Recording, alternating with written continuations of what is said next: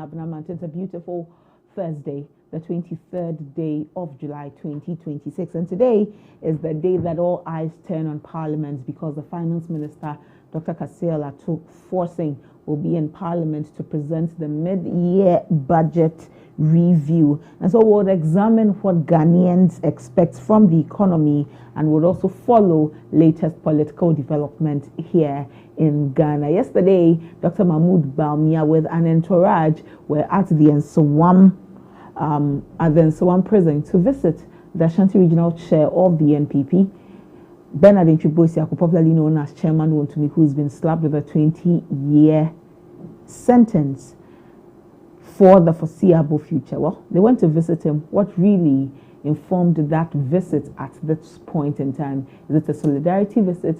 Well, he is one of theirs, and so they had.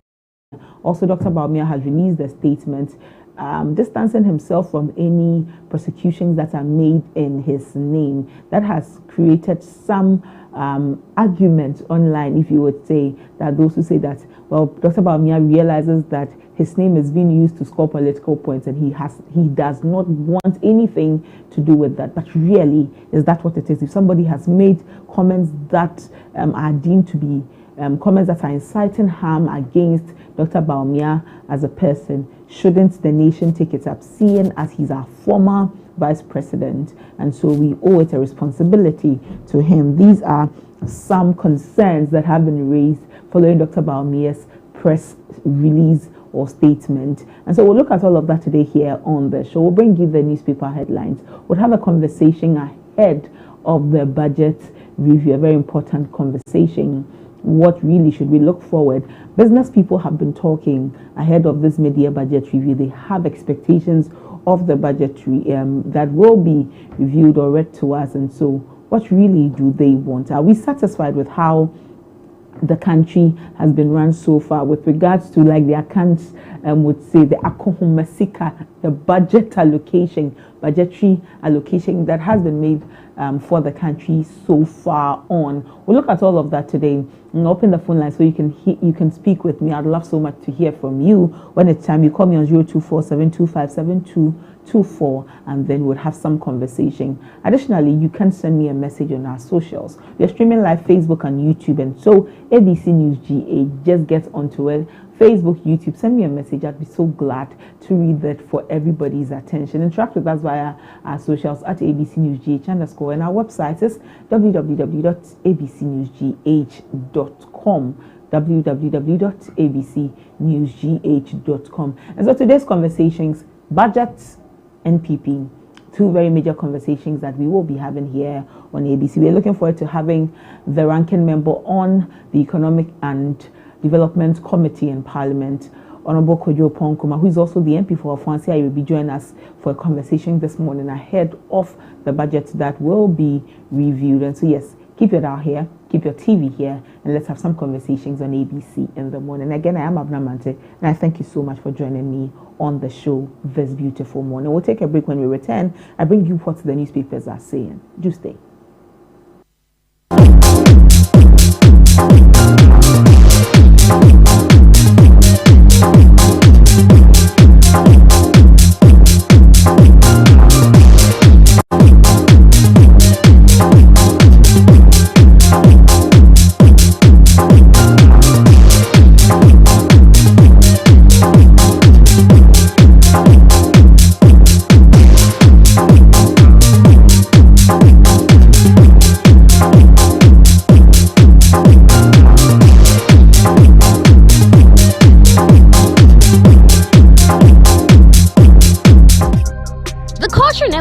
And neither do we. Viral moments, breaking stories, new drops, exclusive interviews, spotlight artists shaping the sound right now, and our African star of the week taking over timelines. Then it's straight to the top 10, the songs running the streets, owning your playlist and living rent-free in your head. No skips, just hits, pure vibes. This is the Rundown, your ultimate destination for everything entertainment.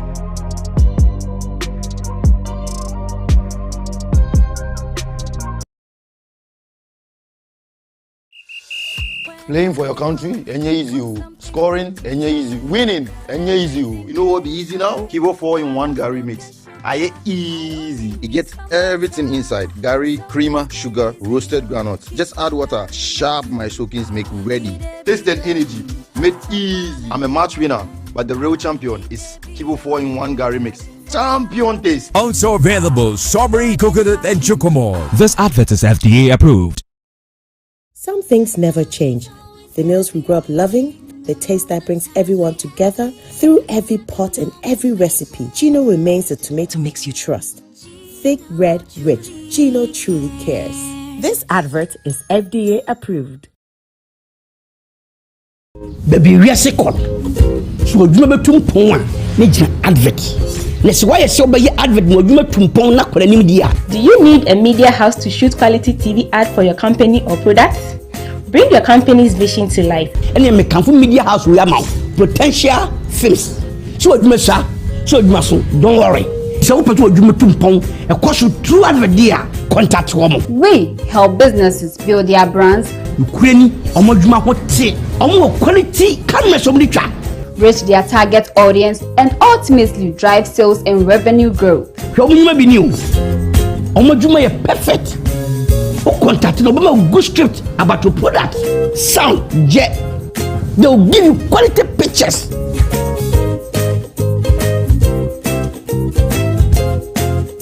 How do you see it? How do you feel it? Wow. So put your young on Makasa. First number way 0541 16 28 28. I'm repeating 0541 16 28 28. Call them. Number one, Potential Films. We believe in quality.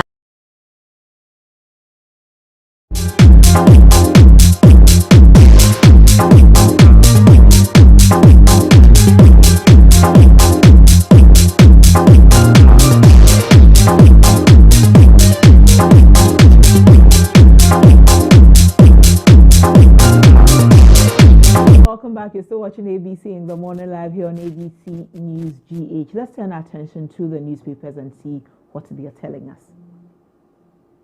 We begin with the Ghanaian Times newspaper. Africa leaders seek to end AIDS and TB. This is at the AU Extraordinary Health Summit that was held over the past 2 days, and it comes with the picture of President John Dramani Mahama. AG rejects Wontumi's 30 million Ghana cedi plea bargain offer in Exim Bank case. All right. Government chair backs 24-hour economy, rallies stakeholders, and Bank of Ghana holds policy rates at 14%. Cites global uncertainties and inflation risk. Okay, and there's a story on the mid-year budget review. Maintain fiscal discipline, avoid new taxes. Experts tell government, and accompanying that is a picture of the finance minister, Dr. Kasiel Ato, forcing away from the Ghanaian Times. We'll look at some more newspapers. The Daily Guide newspaper says Bawumia NPP MPs storm in Swan prison. Wontumi declared political prisoner. The NPP tells us that this is not the end of the road. They are going to actively seek an appeal in the case of Chairman Wontumi, the summer boy, and Makunta mining case. We'll look at how far it goes. 2026 mid-year budget review. Mahama forging economic success. The NPP says so. Accompanying it is the ranking member on the Economy and Finance Committee, Honorable Kwadwo Ponkroma, and Parliament approves 822 million World Bank loans. $822 million World Bank loans. Kasiel Ato forcing, Honorable Dr. Kasiel Ato forcing's picture accompanies that, and court rules on Hanan charges today. Okay, so all eyes on the court. And finally, 2 busted with 100 wee parcels. It surprises me that these things continue to show up. Is it that those who are trying to smuggle these wee parcels think that they can always outsmart our security persons or what? They're always busting people, but every time somebody comes with either a new sophisticated way or the same old. Very, very interesting. I'd like to appreciate why they do this. Away from the Daily Guide, let's look at some more newspapers. The Daily Graphic says at President urges self-reliant healthcare. That's President Mahama urging that. And this is at the AU Health Summit that happened in Accra. And there's a mid-year budget review today. I want to ask for more money. Finance Minister tells us, okay. And there's a revised KG curriculum, I believe. It's accompanied by the picture of Honorable Haruna Idrisu, the Minister for Education. About 2 days ago, he took his turn at the Government Accountability Series to outline what's happening in his ministry and the way forward. All the best to you, Minister. And the Daily Searchlight newspaper says nearly 90% of Big Push roads sole sourced. Kojo Opon Kroma says so. Well, meanwhile, there was a document released not too long ago that says that it is not so. The sole sourcing that we are seeing in any of these projects is a very minute portion. It even gave a figure. I would have to look it up again. But ranking member on the Economic and Development Committee tells us that it is nearly 90% sole source. So who is telling us the truth? We'll interrogate that today when we get to also speak with him. Bawumia visits Wontumi as MPP launches legal fight against 20-year sentence. An NPP Finance Committee queries revenue shortfall ahead of mid-year budget, warns against the new unfunded policies. Is government going to speak to that? We wait to hear from the Finance Minister. This is the Daily Searchlight. And the Chronicle newspaper, please arrest NDC TikToker over alleged insult against Bawumia, but former VIP calls for discontinuation of case. And BOG, the Bank of Ghana, endorses COCOBOT's local market financing policy. All right, and so that is for the cocoa sector. Let's move away from the Chronicle newspaper. The Dispatch. My position is that this is my final term. President Mahama says so. The president says that he has looked through the provision over and over again. And what the provision says is what it says. And so for those of you who are seeking for interpretation, I think the president believes that the 2 terms is enough. Well, but it is your right, I mean, as a citizen, to seek interpretation. Let's wait to hear what the court tells us. Away from that, police intercept over 1,000 vehicles in Greater Accra over illegal road modifications and arrest 6 highway robbers. And accompanying that is the IGP Christian Tete Yohuno. And Kafride speaks to the late former head of the to the former head of the late President Nkrumah Security, 91-year-old Major Retired Sejiafa. Okay, that would be an interesting conversation to listen to. And the Archives newspaper, Big Push Project stalls over 9,000 Ghana cedi fee to relocate Voodoo. Atofforson and Roads Minister urged to intervene. Okay, I'm not a lazy MP. Sticker fights back. Then she also MP. National standardized test not meant to fail pupils. And the Deputy Education Minister says so. These and other stories on the front page of the Archives newspaper.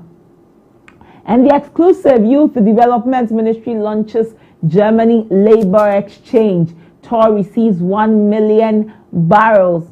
Well, we look forward to TOR receiving more and more and processing the crude. JIPA and GIZ empower staff to attract investment.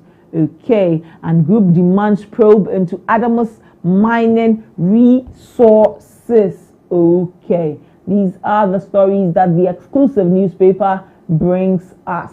And the National Enquirer, resetting Ghana's fisheries sector, how government is rebuilding an industry for sustainability, food security, and blue economic growth. All the best to government as you build a fisheries sector to the best of its abilities. We need, when it comes to the sectors that provide us food, right, we need to give it our all, or give them our all. At the end of the day, I mean, an empty stomach would suffer, and we don't want to. So we eat a lot of fish in this country, don't we? But at this point, we're buying a lot of imported fish, the fish from our cold stores that are imported into the country. So is it that local fishermen cannot feed all of us? if they can't, and we can give them more to increase their capacity, why not? And so let us build our fisheries, our agriculture, aquaculture. It is for our own good. Accompanying that story is the Minister for Fisheries. And some more stories. National standardized test to identify learning gaps, not fail pupils. Dr. Clement Apak, Deputy Education Minister. World Gold Council supports Ghana's responsible small-scale mining program with some huge monies. I think some $250,000 US. Okay, away from the National Enquirer, let's look at some more stories. The Hawk newspaper, GBC 70-year Kanda lands under siege. Government approves shake-up of broadcasters' prime Kanda estates. A few months ago, if I'm not mistaken, the minority leader raised this concern on the floor of Parliament, and there was a lot of conversation about it. I would really much love to hear what next from here. After Wontumi, who is next? We will see. We're waiting for the Attorney General. NPA fires back at rot claims, rejects corruption claims, says AG Auditor General found no financial loss. And finally, on the front page of the Hawk newspaper, 211 million Ghana cedi surplus. Ghana Minerals Commission records financial turnaround after revenue climbs by 52%. These are the stories on the Hawk newspaper, and this is the last newspaper I bring you. These are all the stories making the headlines of the various newspapers. But one key is the mid-year budget review. The finance minister, we should be expecting him sometime today. I mean, by early afternoon, he should be in Parliament to present the mid-year budget, and we'll hear all of the debates around it. But before we even have conversations about the budget, there was debate in Parliament yesterday. Let me take you to Parliament, listen to what our representatives were talking about on the floor. We'll be back, and then we'll begin conversations. Do stay. Speaker, thank you for the opportunity. Member. Thank you, Mr. Speaker. And since I will not be contributing later, I just want to make my submissions as I second. Mr. Speaker, first, it's important that we correct some misleading statements that have been made. The Deputy Chief Whip on the other side suggests that debt to GDP ratio reached 100% in years gone by. Mr. Speaker, in 2022, when it was at its peak, it was 85.7%. In 2023, it was 76.4%. In 2024, it was 70.5%. It never got to 100%. This is a house of records, and we should not be misleading the Ghanaian public or putting things in history that are inaccurate. If he has any contrary specific facts, he should state them here. But Mr. Speaker, let me specifically second this motion to adopt the report of your committee on the Bank of Ghana's conduct of monetary policy. Mr. Speaker, the reason for which it is the Bank of Ghana that handles monetary policy is that they issue currency, and they are responsible for preserving the value of the currency. Additionally, price stability is the first of the 6 economic policy objectives that any government wants to embark upon. Speaker, it's not enough to look at a reduction of inflation from 23% to 5% now and say that that justifies the 16 billion Ghana cedi loss of the Bank of Ghana on sterilization. It's not enough. You will recall that in 2025, right here in this chamber, we argued that the method that the Bank of Ghana was using in its attempt to ace the inflation figures were dangerous. Those methods were dangerous, i.e., the excessive sterilization. At that time, it was denied. When the Bank of Ghana published their figures at the end of the year, they themselves admitted that for the first time in Ghana's history, they sterilized over 93 billion Ghana cedis from the market. Sterilization essentially means that the Bank of Ghana has mopped up the money from the system so that people don't have liquidity to execute demand. That's why today the traders are telling you in town that yes, you may say inflation has come down, but their goods are on the shelf and people don't have money to buy. Mr. Speaker, that sterilization cost us 16 billion Ghana cedis.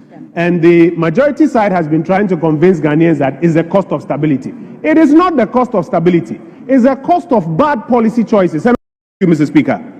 In 2022, inflation was 54% as a result of high crude oil prices. Remember that Brent crude was at $128 per barrel at the time. And so inflation went up to 54%.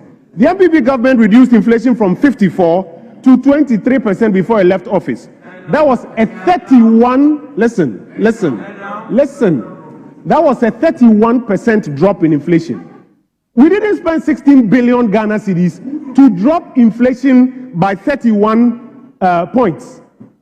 You bring inflation down from 23 to 5, which is only 18, and you lose 16 billion. And you say that is the cost of stability. What sort of mathematics is this? What sort of economic policy is this? And so this 16 billion Ghana cedis, which they have lost, is because of poor policy choices. They paid for things they didn't need to pay for. And that is why we've lost that money. And by the way, after we started complaining, now the governor says that he's not going to use this strategy again. So all that we've been saying is right, Mr. Speaker. My second point, exchange rates. This government likes to convince itself that the cedi started appreciating when they came to office. I borrowed the words of the chief whip. We are in a community of reading men. And so we read. Read the 2024 Bank of Ghana report, which was published in 2025 under the signature of Governor Siama. Governor Siama says that the appreciation started in Q4 2024. It didn't start on your watch. Mr. Speaker, it is because the domestic gold purchase program yielded forex, which forex is being used for intervention. It is only this government that says that it has a new name for intervention called intermediation. Remember, Mr. Speaker, when we said that they were intermediating or intervening and they said intermediation, they denied initially, and at the end of the year, we found out that it has been 10 billion Ghana cedis. That's what the Bank of Ghana was coming to tell the press and the whole country, that they said they didn't want him to speak before them. But that was as of December last year. Mr. Speaker, between January and now, how much intervention has gone on? We're expecting the Minister of Finance to tell us when he comes here tomorrow. But, Mr. Speaker, we, according to the IMF, are relying on high gold prices and high gold volumes. What will happen when gold prices go back from this 5-year high where it is at now? We are living on borrowed time, Mr. Speaker. Very finally, if you look at the series of economic and financial data published by the Bank of Ghana a few days ago, before the Monetary Policy Committee meetings, $1.2 billion of our reserves is gone. $1.2 billion of our reserves is gone. Our reserves have reduced by $1.2 billion. What have you used it for? Because you have told us that you are not doing intervention and that it is proceeds from the forex market that you are pumping. So where has the $1.2 billion gone? Mr. Speaker, we're expecting that when the finance minister shows up tomorrow, he will show us where this $1.2 billion is gone. Because we cannot continue with this exercise of continuously intervening and calling it intermediation and reducing the reserves of this republic, while at the back end, we are just buying gold whose sources are questionable for this enterprise. So, Mr. Speaker, going forward, we have two recommendations. Tight monetary policy does not mean excessive sterilization. We are happy that now the governor is listening and says he will no longer do it. Mr. Speaker, secondly, that structure where they were buying gold high and selling low to get forex to pump onto the market, we are happy that the governor has announced yesterday that he will no longer be funding the gold board. That is an admission that everything we have been saying here in this chamber is true. And now he is turning away from that action. If he follows these recommendations, it will bode well for him, for the Bank of Ghana, and for the Ghanaian economy. I thank you, Mr. Speaker, and I support the motion. Speaker, thank you for the opportunity. Member. Thank you, Mr. Speaker. And since I will not be contributing later, I just want to make my submissions as I second. Mr. Speaker, first, it's important that we correct some misleading statements that have been made. Well, so that's the ranking member on the Economy and Development Committee in Parliament, Kojo Kroma, who is also the MP for Ofuasi Ayurebi. These are comments ahead of the budget, that the mid-year budget review that would happen today. But what are your expectations of the mid-year budget review? You can call me on 0247257224. Let's have a conversation. Also, get in touch with me on our socials and let me hear from you. We're streaming live Facebook and YouTube. Leave me a comment. I will read that for everybody's attention. Let's appreciate what we are really expecting within this review of the budget, what really we should be expecting. The business community, for one, is a community that the budget affects a lot, and so they keep their ear on the ground. They are very much concerned about what the budget would present, because it's just one thing that really toes the line or leads the front for them in relation to what they do. And so you'd recall that in the various budgets that have been read, we've spoken to the business communities. They've told us what they want about taxes, removing of certain taxes, essentially making the business space a very comfortable one for them, so that they can enjoy the businesses that they do in the country, the taxes at the port, here and there, all of the issues that they believe that the budget can address or deal with. And so I want to hear from you. You and I, ordinary Ghanaians, what do we expect from the budget? What do we expect that the budget will do for us to make our lives better, to make our lives easier? If there's any burden on us, the burden would be removed or rolled away, as would say. And so I want to hear from you. Even before the budget will be read today, the Monetary Policy Committee of the Bank of Ghana has announced the policy rate after the monetary policy meeting held, and they say they are still maintaining it at 14%. Why 14%? Can it not reduce? Business people have long, they wish or wait or call for time when will be pegged at digits, in double digits. They talk about the fact that, look at our landscape, those who sailing, you look at our landscape here compared to their colleagues who are from outside also selling here. They are having it very, very easy. Well, they are coming from their countries give them, servicing their loans is not, because the rate at which the loans very, very small compared to the Ghanaian who is here. And so it makes it difficult to do business here as a Ghanaian business person, and makes it also difficult to go outside the country to do business, because if I go outside the country and fall on country to cushion me, to help me, we don't think that I can do that. More often than not, government is telling us that everything, is taking shape. The economy is becoming stronger.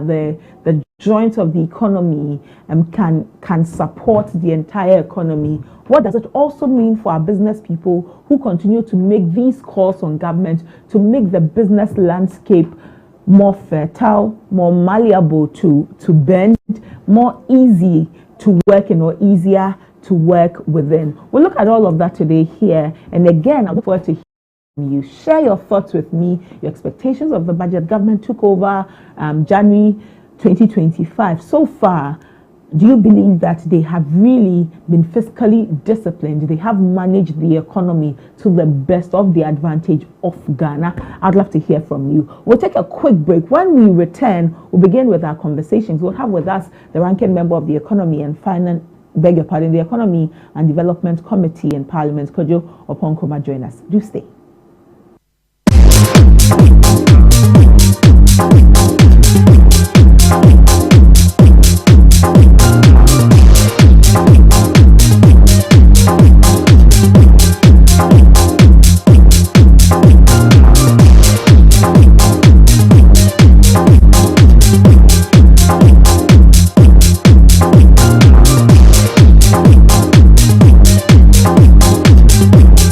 Things never change. Trends come and go, but in your cooking, you still choose a tomato mix you trust. Because real quality never changes. thick, red, rich. Gino truly cares. This advert is FDA approved.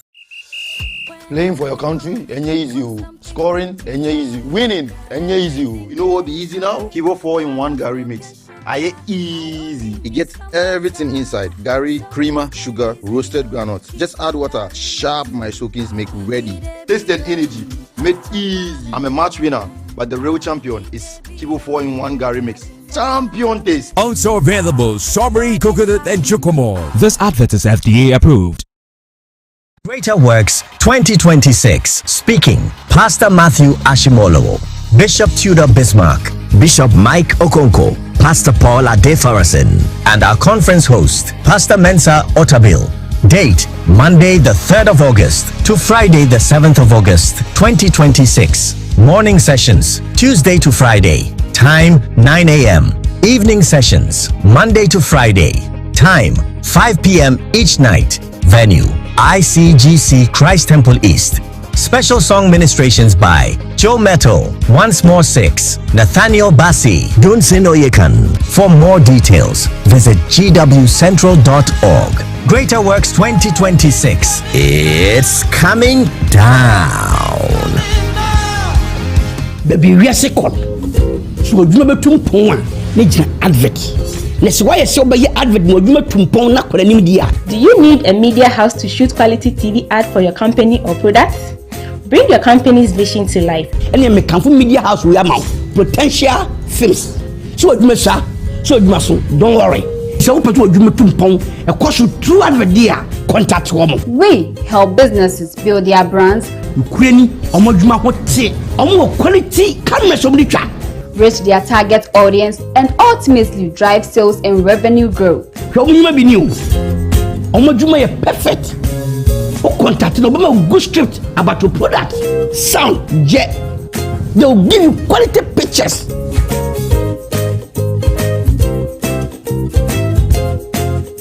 How do you see it? How do you feel it? Wow. So put your young on Makasa. First number way 0541 16 28 28. I'm repeating 0541 16 28 28. Call them. Number one, Potential Films. We believe in quality. The culture never chills, and neither do we. Viral moments, breaking stories, new drops, exclusive interviews, spotlight artists shaping the sound right now, and our African Star of the Week taking over timelines.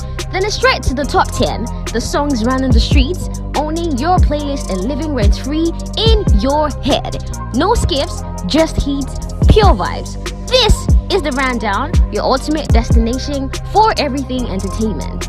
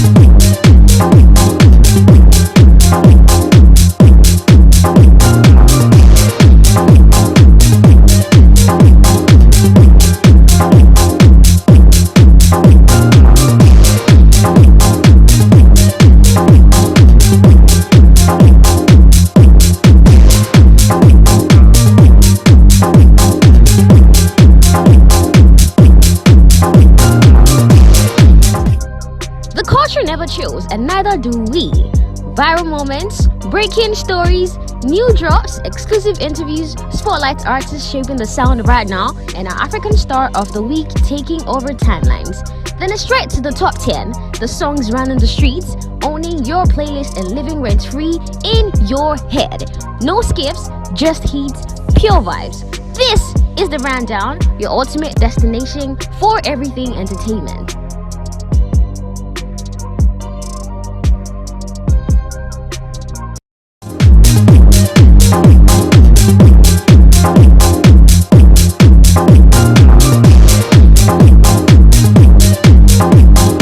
Back, you're still watching ABC in the morning live here on ABC News GH. Before we go to the conversation ahead of the media budget review, as will be presented by the Finance Minister, Dr. Kasia Lato-Forsing, today, sometime before noon or during the noon. Yesterday, Dr. Mahmoud Bawumia, the flag bearer of the New Patriotic Party, along with some MPs and some bigwigs within the New Patriotic Party, visited the Nsawam prison. Their aim was to see Chairman Wontumi, the Ashanti Regional Chair of the NPP, who has been slapped with a 20-year jail term that he has already begun at the Nsawam medium security prison. You can see on your screens the entourage moving to Nsawam to visit Chairman Wontumi Bernardintri Boesiako. This would be 2 days after he had been convicted and sentenced in the Akonta mining illegal mining case. And really, well, you know that Chairman Wontumi holds sway within the New Patriotic Party, particularly because he is even the chairman of the NPP in its largest stronghold or its biggest stronghold. And so this is important. It's an important matter that they visit him, find out how he is doing. The party had already released a statement concerning Chairman Wontumi's conviction. The party leadership and then the minority as a group in parliament also released a statement. At the end of the day, the sole focus or aim was that they believe that Wontumi is a political prisoner. This is persecution. This is government using states' resources to go after somebody that they believe is a menace. And so he is a political prisoner. Everything about the case points to that angle that Wontumi was targeted. That is what the NPP believes. And so they've gone even ahead to mention that they would be seeking an appeal. And so they would be throwing all of the party's resources behind the lawyers of Chairman Wontumi to ensure that an appeal is heard with relation to this case involving Chairman Wontumi. And so as a party, or as the flag bearer of the party at this point, it's necessary that he organizes the machinery of the party, organizes the heavyweight of the party. Visit Chairman Wontumi, let him know that he is not alone. Let the party base also know that the party is not shaking by the situations that they find themselves in. Because if you recall, the minority's letter or press statement went to encourage Chairman Wontumi's immediate family, encourage the party in the Ashanti region, and encourage the party as a whole that this is just a glitch in the system at this point. This is an issue that, shakes the foundations of the party, but they should stand firm. But will the NPP recover from this situation? It's a question that has been asked. The chairman of your stronghold. At this point, the NPP is preparing for regional elections. We know Chairman Wontumi had already indicated that he will not be contesting the regional elections anymore. He was eyeing a bigger platform, eyeing a bigger office, a bigger seat to sit on, and that would be the national chairmanship. And so for the region, he was done with the region after years of serving as the chairman for the region. However, it's just right that if he were still there, they would draw from him. In any case, just 2 days ago, Asanteman Koka and Henry Kwabena Kokofu went for their vetting for ahead of the elections. And so this is a lot for the Ashanti region, that those who believe that Chairman Wontumi's conviction would further deepen the cracks within the NPP in the Ashanti region. Already in 2024, the NPP were hit very bad. They were hit badly in the Ashanti region, and the NDC were able to make some inroads into the region, grab some seats, grab some votes from the region.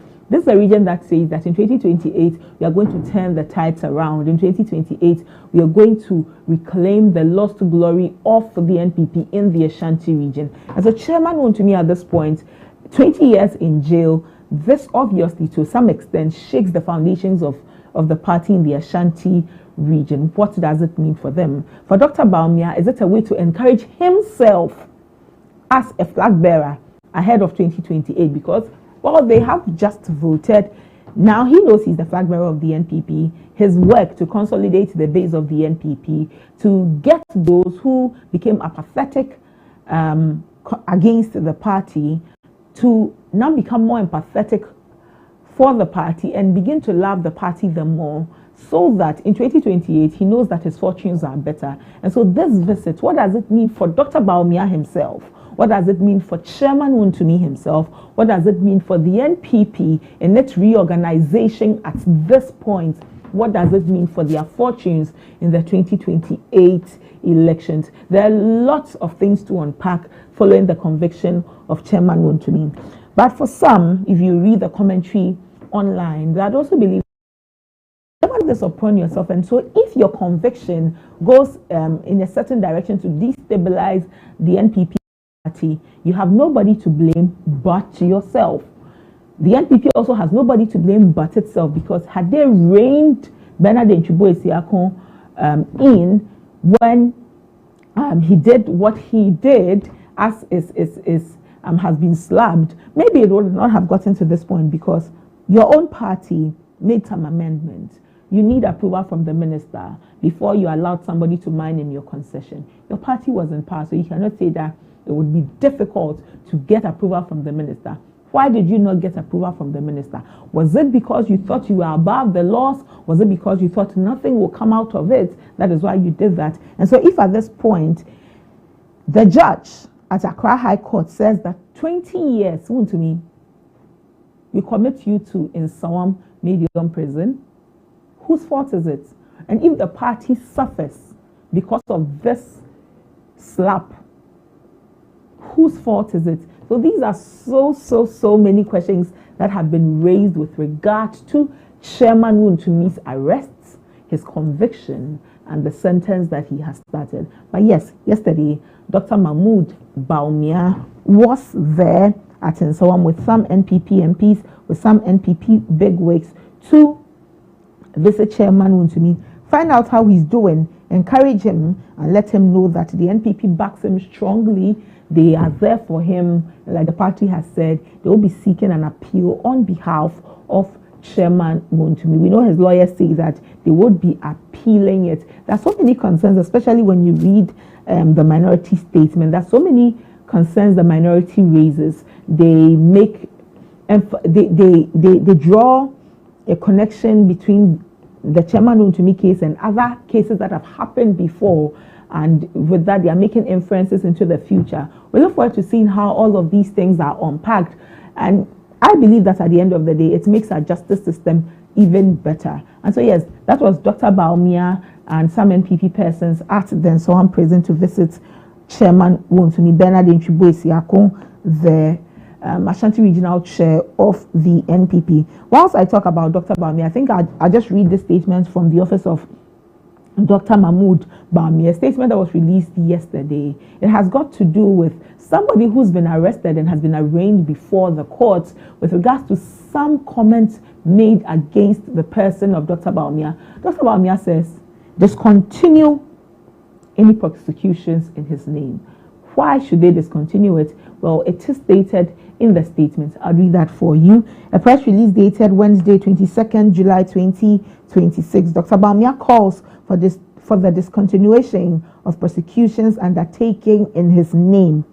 The attention of the office of Dr. Mahmoud Bawumia has been drawn to the arrest and arraignment of an organizer of the National Democratic Congress in Aguna West, who who is being prosecuted for allegedly publishing false news and making offensive comments about Dr. Bawumia. Dr. Bawumia wishes to state clearly and unequivocally that he has neither lodged any complaint nor sanctioned any prosecution against this young man or any other citizen. He does not desire and will not endorse the arrest or prosecution of any Ghanaian in his name for speech. Dr. Bawumia has been the subject of insults and falsehoods throughout his public life. He has never responded with the instrument of state power, and he will not begin now. His conviction remains that the answer to offensive speech is better speech, and the answer to falsehood is truth, not handcuffs, courtrooms, and crushing bail conditions imposed on ordinary Ghanaians. He therefore respectfully calls on the Ghana Police Service and the Attorney General to discontinue this prosecution and any other similar actions purportedly undertaking on his behalf, and to release the young man to return to his family and his livelihood. Ghana's democracy is strengthened when citizens, including those who oppose us, can speak freely without fear. Dr. Bawumia forgives the young man, wishes him well, and urges all political actors to channel their energies toward the issues that matter to the Ghanaian people, and it signed the Communications Directorate of the Office of His Excellency Dr. Mahmoud Bawumia. But the questions that have been asked is that, will Dr. Bawumia himself have to lodge a complaint before an issue like this can be picked up? Is the question. And well, I would love to have a lawyer and speak to the lawyer concerning a matter such as this, because I've seen the arguments for and against this statement. That also says that Dr. Bawumia has seen through the optics, or has seen through all the antics of government. They've been arresting people who are affiliated to the NPP. So you know what, let's throw in an NDC person so that we say that, well, we are not targeting any NPP people, because NPP already has said that the government is using state machinery to target their people. We are not targeting anybody. If you are an NDC person and you say certain things concerning the former vice president, the former president, anybody, you will also be arrested. In any case, this is even an organizer in a constituency. And so it shows you that even the people who work for the party, they are not just sympathizers of the party, they work for the party, would even be brought to book. That is what people think this government is doing. The others who say that, well, Dr. Bawumia, I don't tell security people what to do. They owe it to you as part of keeping you safe to nab anybody who would call for harm to you. And so, Dr. Bawumia, please, you sit down and let the courts do their work. This is where we are on this matter. And so it will be best we probe it, appreciate it the more, to really understand the perception around it, the optics around it. There's just a lot to unpack on this matter. But Dr. Bawumia at this point says that discontinue any case in my name. It then again raises concerns about free speech, because our politicians, knowing that when you take up public office, you have opened the door to aspersions that will be cast about you, aspersions about your character. Things, I mean, some of them wholly unfounded. Some of them, obviously, everybody can see through that these are fabrications. And so the most you can do is to maybe file a civil suit against the person, defamation, because you have slandered my name. But when we see it move into criminal charges, criminal cases, do we not risk playing in the face of our freedom of expression and our rights as a people? Because we have come a long way as a nation, haven't we?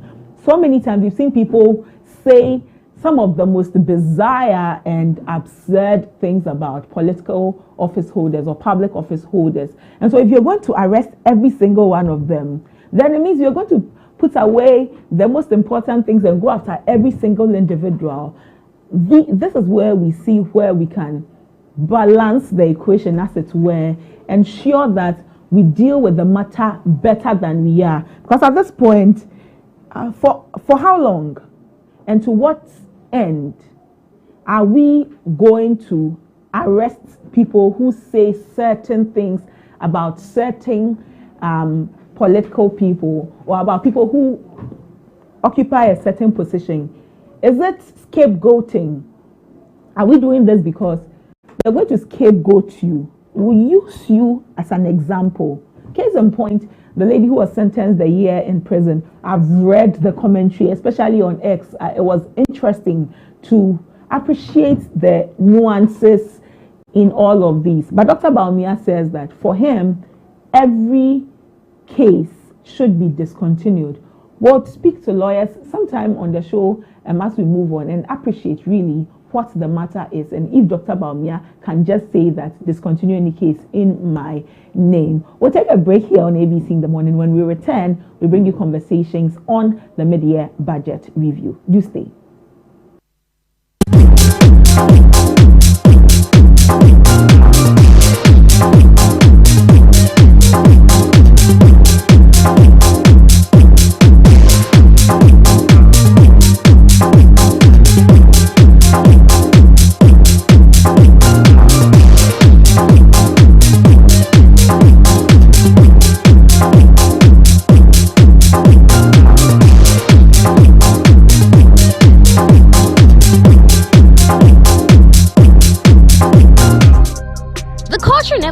And neither do we. Viral moments, breaking stories, new drops, exclusive interviews, spotlight artists shaping the sound right now, and our African star of the week taking over timelines. Then it's straight to the top 10, the songs running the streets, owning your playlist and living rent-free in your head. No skips, just heats, pure vibes. This is the Rundown, your ultimate destination for everything entertainment.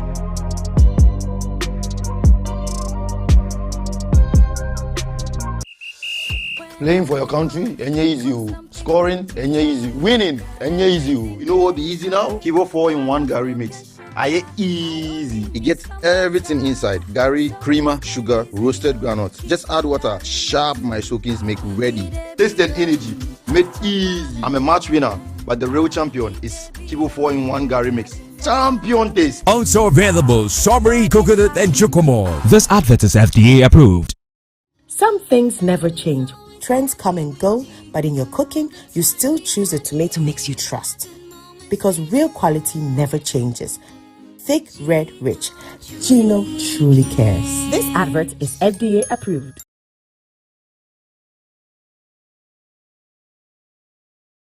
The culture never chills, and neither do we. Viral moments, breaking stories, new drops, exclusive interviews, spotlight artists shaping the sound right now, and our African star of the week taking over timelines. Then it's straight to the top 10, the songs running the streets, owning your playlist and living rent-free in your head. No skips, just heats, pure vibes. This is the Rundown, your ultimate destination for everything entertainment.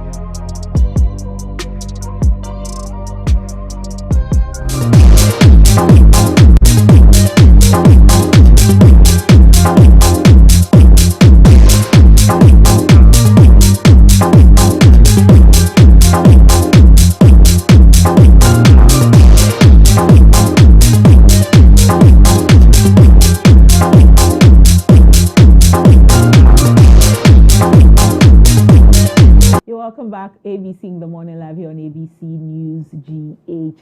I told you we'd have some conversation ahead of the mid-year budget review. The Finance Minister, Dr. Kasia Forcing, will be in the chamber. He'll be in Parliament today to tell us what more for the next half of the year. And so we'll be having some conversation with the ranking member on the Economy and Development Committee of Parliament, Honorable Kojo Opon-Kroma, who is also the MP for the good people of Afuansi Ayerebi. He says they are the righteous people of Afuansi Ayerebi. I have him here with me in studio. You're welcome, sir. Abena, thank you for having me. How are the people of Afuansi Ayerebi? The righteous people of Afuansi Ayerebi are doing well.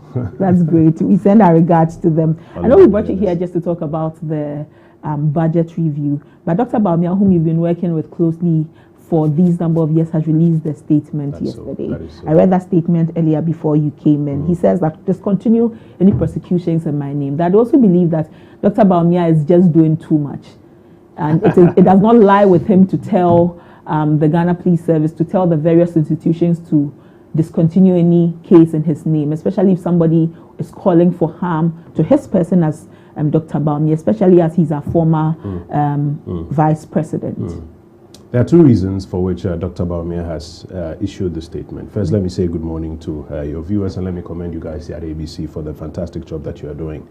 Dr. Bawumia is clear in his mind that, first of all, this gimmick, let me be very clear with this, a gimmick of trying to prosecute an NDC, I think, constituency or polling station officer for insults and attacks on Dr. Bawumia's person. This gimmick is part of an effort to equalize and douse the high levels of criticism that the administration is facing for the attacks on free speech.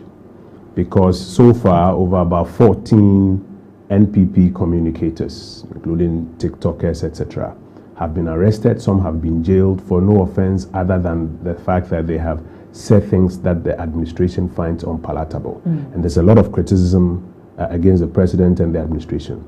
And so their way of dousing it is by staging this enterprise where, you know, this NDC guy makes these comments and then they quickly rush him and, you know, to arrest him and put it at, oh, they've even arrested somebody who did the same to Bawumia. It's an attempt to equalize. And Dr. Bawumia is very clear about that, and he will not be part of it. And that's why he says, not in my name. But substantively, Dr. Bawumia also believes, and that is the MPP's position, that Ghana's democracy is strengthened when citizens, including those who oppose us, can speak freely without fear. You'll find that in the last but one paragraph of his statement. Okay. That our democracy is strengthened when citizens, including those who even oppose us, can speak freely without fear. For your younger audiences, there was a time in this country which was almost like this, when you couldn't speak or criticize the government. That was what Professor Albert Edubwa, who was the first presidential candidate of the MPP for the 1992 elections, described as a culture of silence. Okay. When a country where everybody had been silenced, everybody had been cowed into submission, you couldn't speak. When the government under Jerry Rawlings was doing things that were abominable, things that were inimical to the interest of the country, you dare not speak, because if you speak, they will arrest you. And they will find some trumped up charges to jail you. In fact, journalists could not do what you do here every morning. This freedom that you have, you couldn't do it. There was a law that they called the Criminal Libel and Sedition Law. They will arrest you and jail you. Kweku Bako, Kwesi Pratt, several of them, they were all arrested and jailed under the Criminal Libel and Seditious laws. And we have consistently held the view that the essence of a democracy is to allow people to express their views. You may not like everything that somebody says, but you must have that space where people can express various views. Some may be excessive, but you need that confluence of ideas for the best to come up and for the society to progress. That is what we call development in freedom. That's the motto of the MPP. So it is not just Dr. Bawumia who also holds the view that this is a cock and bull enterprise to try and equalize. Also at the heart of the MPP's ethos is a clear understanding that in a democracy you must allow people to express themselves. We, however, know that there are limits, and those limits are provided for in sections 207 and 208. But those limits are not what this government is using section 207 and 208 for. So I'll give you an example.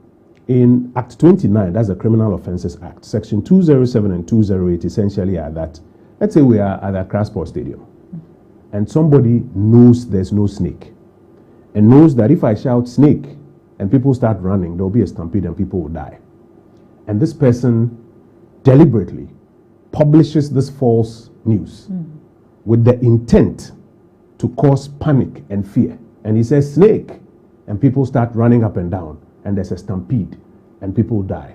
That person can be charged with a criminal offense of publication of false news with the intent to cause fear and panic. Could we not draw a certain line between this explanation and some of the things we've seen on social media? Because for those who are for what is happening, the argument is that it's becoming one too many. That I'll what pick is a phone. Becoming one too many? Well, I pick a phone, I set a tripod, I put the phone before me, and then I deliberately misinform, I disinform. To some extent, I'm malinforming, knowing that it could cause a certain kind of harm, because you don't know who may go the extra mile to say that, well, you keep talking about President Mahama, you keep talking about Dr. Bawumia as this kind of person. Dr. Bawumia is so and so. Maybe I've sat down, I've listened to it so much, I've fed on it, I've built something within me, and I planned that I'm going to harm the president or the former vice president. And so these are ways of curbing it or nipping it in the bud. Absolutely not. In a democracy all over the world, there are deviants who go out there and insult and tell lies and say all things that they want to say about you. If I tell you the number of lies that people tell about me on a regular basis on social media, people cook up stories and post about you. I don't like it, but it is part of a democracy. You have a responsibility, therefore, first of all, to be able, like K. Ebuzia says, if you want to be a leader in this country, you want to participate in a democracy, you must have a big stomach to stomach nonsense. Those were his words. You must understand that these things will happen. Then you have a responsibility to also project an image, to project a certain character that makes everybody, when they now look at it and wait, realize that these things are not true. So would you expect? You also have a responsibility. I'll end shortly. You also have a responsibility to put the truth out at every point in time, and that's why, for example, Dr. Bawumia says that the way to fight it is truth, not handcuffs, not trumped up charges, not saying therefore that nobody can say something you don't like, because the moment you allow a government to do that, then the boundaries become extended. And now anybody who says anything, and there's a repertoire of instances. Reverend Tim Fojo did a press conference in Parliament and said aircrafts had landed in this country from suspicious countries, and we have reason to believe that there were suspicious substances on it. The responsibility of the government is to say, oh my word, let's investigate and see if there's some truth in it. They said, no, let's go and arrest him. On that Friday afternoon, we had to rush to his house because BNI officials with guns, AK-47, I don't know if you've seen it before, AK-47 wielding BNI officials in balaclavas all over his house because they don't like what he's saying. Finally, that is not the intendment of sections 207 and 208. And so Dr. Bawumia and the MPP are clear. This is just a cock and bull enterprise aimed at silencing everybody in this democracy.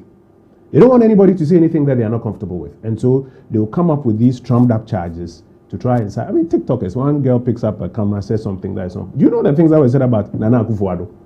Well, so as a lawyer yourself, there are those who argue that President Mahama, Dr. Bawumia, anybody should then file a legal suit, a civil suit against any of these people. Would you agree? I have sued people who have said things. There was an NDC regional officer Eastern Regional Officer, who went to sit on radio and said that I was involved in Galamsey in my constituency. I sued him for 30 million Ghana cedis.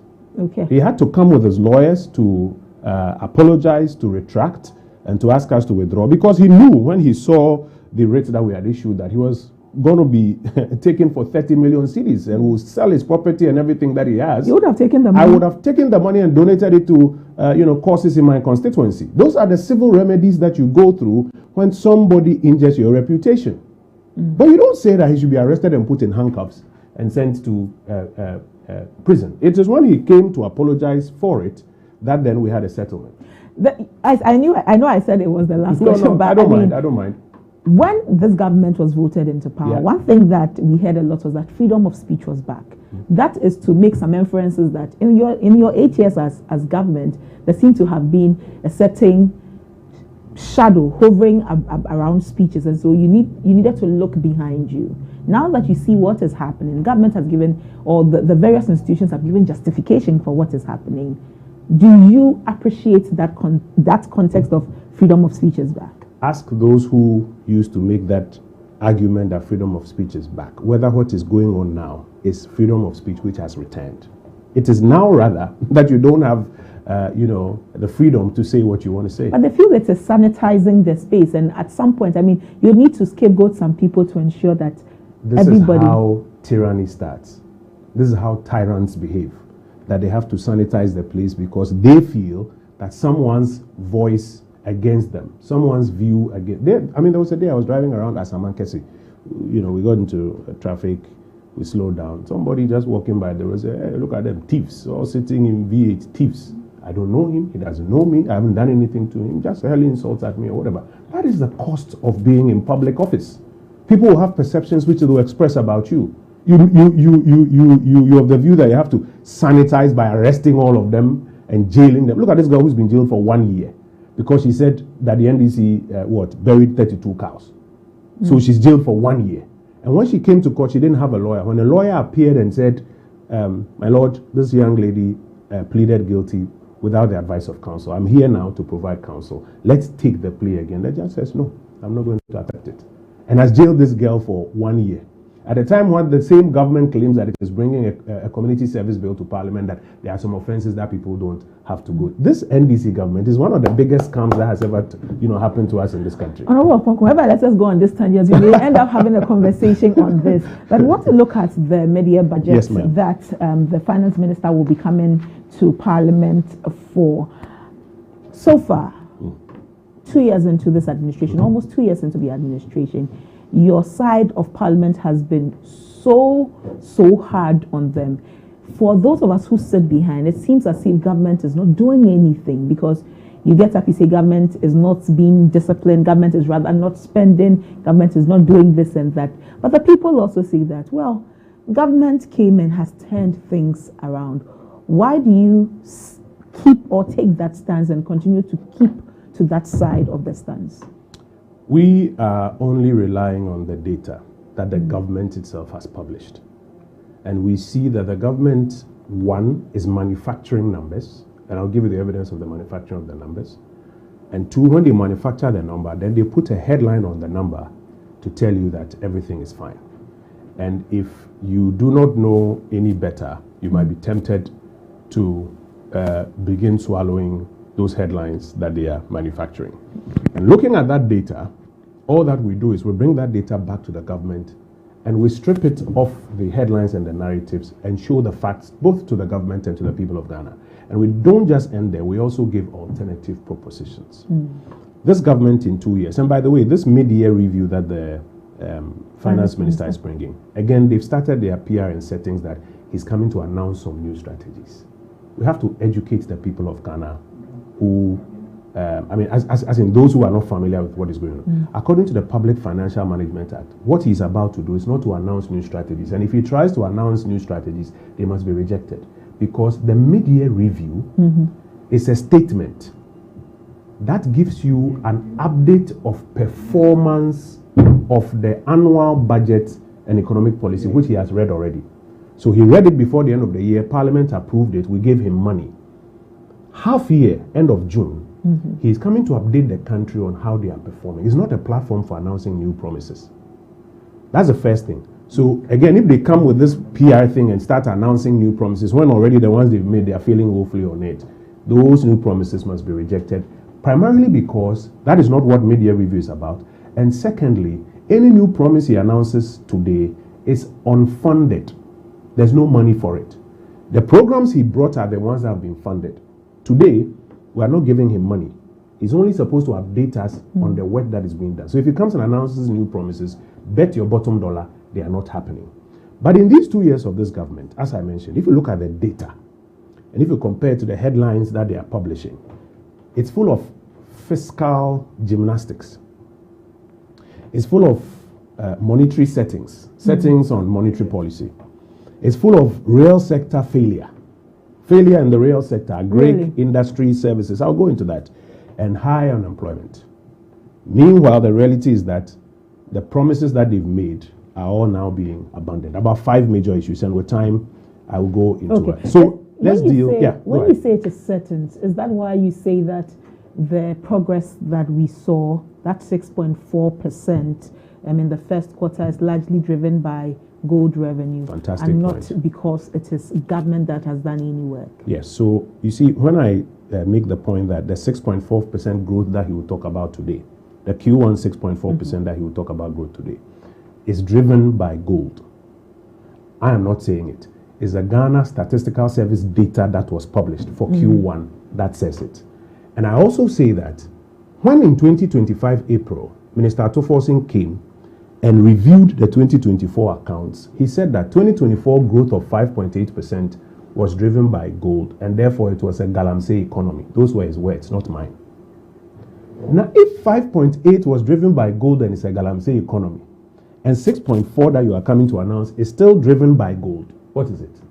Gold board economy. Well, we'll even come to gold board. That is galamsey accounting in your own framework that you introduced. I didn't say it. You are the one who said that if it's driven by gold, it's a galamsey economy. And the reason is that, you see, their argument is that the gold sector is driven by a lot of irresponsible and illegal mining, and jobs in that sector may not necessarily be growing exponentially. If you look at, the thousands of young people who are graduating from tertiary institutions, a good number of them are not working in there. So youth unemployment is growing on this side. So the gold economy is not what full attention should be on. That was their argument in April 2024. They should not be allowed to run away from that argument today. I'll come to the gold board question. But the productivity, i.e. year-on-year productivity, is driven mostly by what is happening in gold. And why that is happening is because gold prices are high on the world market. It's a 5-year high. It hasn't gone this high in 5 years. And it's gone this high in 5 years because all over the world, there are conflicts and uncertainties, particularly because of Trump. And so countries that used to keep their money in dollars are now of the view that, listen, let's put our money in gold because it is a safe haven asset. So if in 2025, you were of the view that the growth of 2024, when you were reviewing it, was driven by gold, and that makes it a galamsey economy, then your 6.4 is purely But galamsey. this government comes in and has a certain idea about our mining, has a certain vision for it, sets up Gold Board, and decides that this is how we're going to run Gold Board. We've seen Gold Board in the news. We've seen the amount of gold they're buying locally, they are sourcing locally, and how much they're selling out there. And so wouldn't you agree that government intended to ride the economy on the back of Gold Board? I mean, you're saying the factors out there. Is it their fault that the factors out there have come to help that Gold Board that they set up to ride, on which the economy must ride? And so if it is working, I set up Gold Board and Gold Board is working. 3 things. Okay. 1, if this was the fact, nobody will argue with it, but this is not a fact. This government did not come and set up Gold Board. 2, this government did not come that the strategy was that they were going to ride on the back of gold. I'll take my time to give you the evidence of each one of these things. And 3, the original strategy that they came with, they've abandoned it. So now let's start with who set up Gold Board. There's no new institution called Gold Board. I'm a member of Parliament. I'm on the Economic Committee. We worked on the bill. The bill they brought to Parliament was that the Precious Minerals Marketing Company, that is PMMC, is what they are renaming as Gold Board. They didn't set up a new institution. The institution had been set up. The institution had also been given a program by Dr. Bawumia in August 2024, which was the Domestic Gold Purchase Program for the first time in Ghana's history, that we will use cedis to buy gold, sell the gold for forex, and yield that forex to the central bank so that our reserves could grow. And when we have challenges on the market, we could then intervene. That's the gold for forex? No. Yes, that's the gold for forex wing of the Domestic Gold Purchase Program. Right. So by August 2024, PMMC existed, the Gold Purchase Program was introduced. It wasn't this government that brought it. And if you read the Bank of Ghana 2024 annual account, which was published in 2025, under the signature, the imprimatur of Governor Siama, he admits that it was in August 2024 that these things were introduced. And in the last quarter of 2024, when it happened, the city started appreciating. It's there in black and white with a signature. So if anybody tells you that it's the NDC that established this one, it is a big lie. And that's why I say that the facts are there, then they put another headline on it. And if you don't go into the facts, you may believe them. That's number 1. Number 2, when the NDC was campaigning for power, they told us what their economic strategy was. It had nothing to do with the PMMC being renamed and a continuation and hinging on Bawumia's Domestic Gold Purchase Program. They told us that the way to turn around the economy was that they were going to bring about what they call the 24-hour economy. Before we come to 24-hour economy. I am coming. Okay. I'm just making the point that, so it is not true that they established Gold Board and they are hinging it on the economy. They told us a clear strategy that they were going to do 1-3-3 and it will triple the workforce. So 1 job, 3 people, 3 shifts. So employment will be tripled. And they'll be able to produce more and export more and get forex. That was their strategy. They've abandoned it. And now they are hinging it on this one. And then number 3, Apart from these two, they are not doing anything else. What is happening is that gold prices, as I mentioned, are very high around the world, and that's what they are drawing from and pumping into the economy. And if you are not careful, you may think, oh, something extraordinary has happened. We say in all humility that nothing extraordinary has happened. Then we're not being prophets of doom. You will bear me witness that everything we've spoken about in the economy so far, we are being proven right. We're not being prophets of doom. But perish the thought, should gold prices tank, where are they going to, first of all, get the forex from to keep pumping on the economy? So first, is it that you would have wanted the government to give credence to Dr. Bawumia and say, Dr. Bawumia, we thank you for we don't even care about the program you put credence. Together? We don't even care about they giving credence. We are exposing the facts. Our interest is to expose the facts so that people don't just follow the so-called settings and narrative at the top. That's why I said, for example, that this government, 5 things: fiscal gymnastics, monetary settings, real sector failure, high unemployment, and a failure of their own promises that they implemented. But they cover it up. So look at this thing that they keep saying, oh, fiscal discipline, fiscal discipline, fiscal. What is fiscal discipline? Fiscal discipline is in 3 parts. Number 1, when you draw your fiscal program, there's discipline in it, i.e. that you will generate more revenue than your primary expenses and have a primary balance surplus. So on paper, there's discipline. Number 2, in performance, there's discipline. You raise those revenues and you spend, and then you leave the primary surplus. And then number 3, the things that you intended to do with the expenditure, you have done it.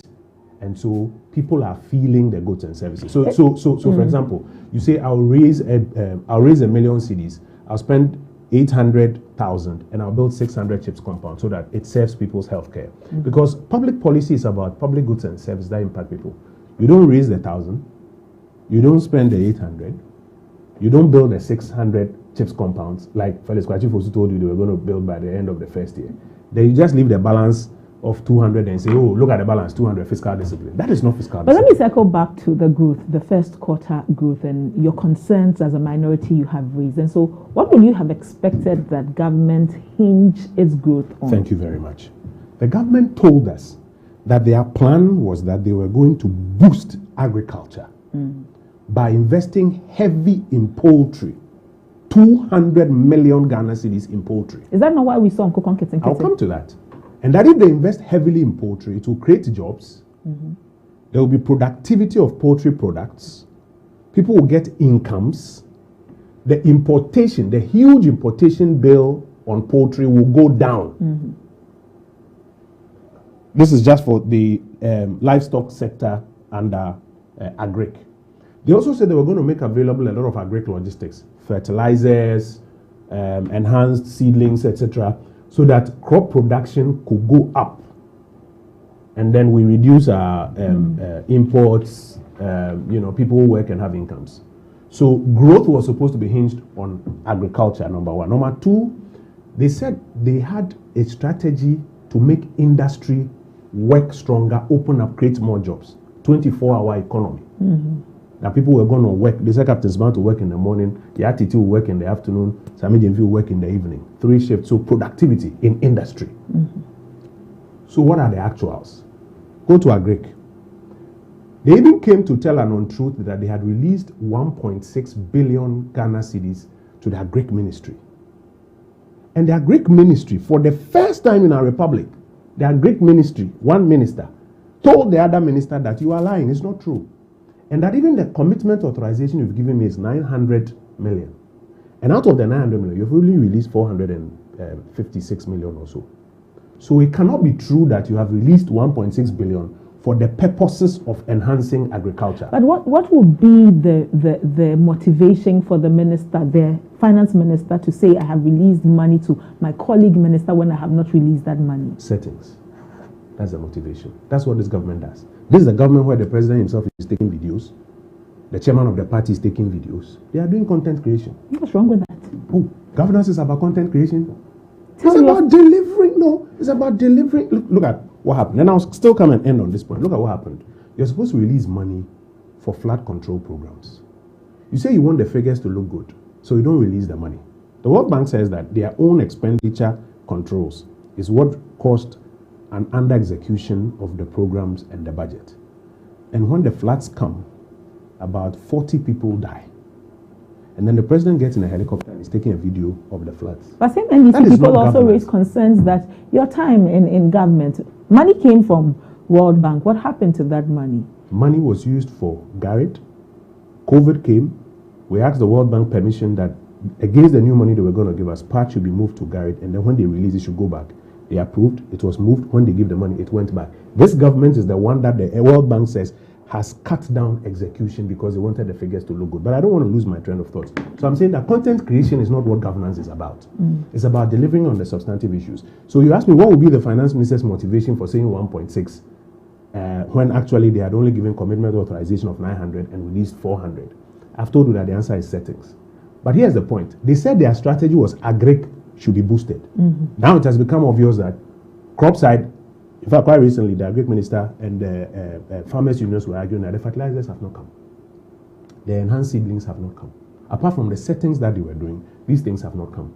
When it came to Nkokon-Kitinkiti, we've released 200 million Ghana cedis. I mean, I didn't know what 200 million Ghana cedis can do. And the minister has the audacity to come to parliament and laugh that they sent me videos that people are eating the chicken. it's where, if I had the minister here, a question I would have asked that, did we not do the background checks better?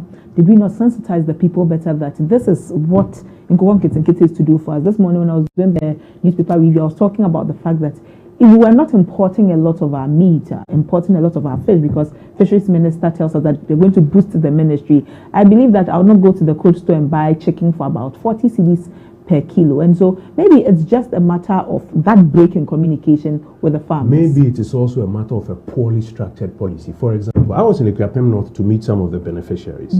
They told us that they just gave us the chicken. There's no money for chicken feed, no money for medicine, etc. Me, I do poultry farming. Poultry farming is not just about having the chicken and leaving them around. You've got to give them feed. The cost of the feed, whether it's soybean mixed with corn or just the corn, the cost of the medication is not cheap. So if you design a policy that says, oh, Nkokon-Kitinkiti, let's give them chicken, and they will find a way to, it's a poorly structured policy. You throw 200 million Ghana cedis down the drain, and there'll be nothing to show for it. And then in the end, you come and calculate for us people's gold prices and tell us that the economy has grown. So I'm answering your first question, that what would we have expected them to do? To stick to their program. You said agric was going to be boosted. What has happened to the crop side? What has happened to the livestock side of it? Come to industry. Industry that you are supposed to provide incentives for industry to expand. You have now even increased electricity tariffs by about 28%. Which manufacturer? Here, I'm sure your station here, if we ask your managers, your light bill is gone up by 28%. Which producer or which manufacturer will see a 28% increase in electricity bills, an 18% increase in water bills, and say that that is an incentive to produce some more? Meanwhile, at the same time, the government has been pumping dollars on the market, so the currency has come down. So it's cheaper to import than to manufacture. This pumping of the dollars that you mentioned, I know you want to touch on all of the three. We'll circle to that. But this pumping of the dollars you've been saying, you've stuck to your guns when it comes to this. And I've been proven right. I'll come to it. I've been proven right.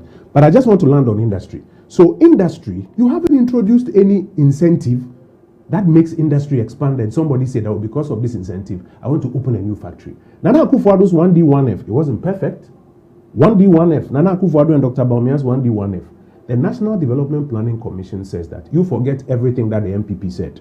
When they went around to count, there were 150 factories as at the end of 2024 that were functioning. It's in their 2024 annual progress report. The official statistics say about 170,000 jobs. This is not my data. This is the official government data. You came, you said you have cancelled it. Okay, no problem. Maybe you have some superior incentives. Where are your incentives? You say 24-hour economy. But you know, we're almost 2 years into government. They haven't brought one incentive to parliament.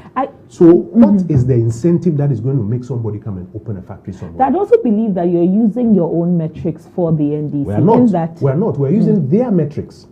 The 24-hour economy is not my metric. It is their metric. They said that cancel 1D, 1F, bring 24-hour economy.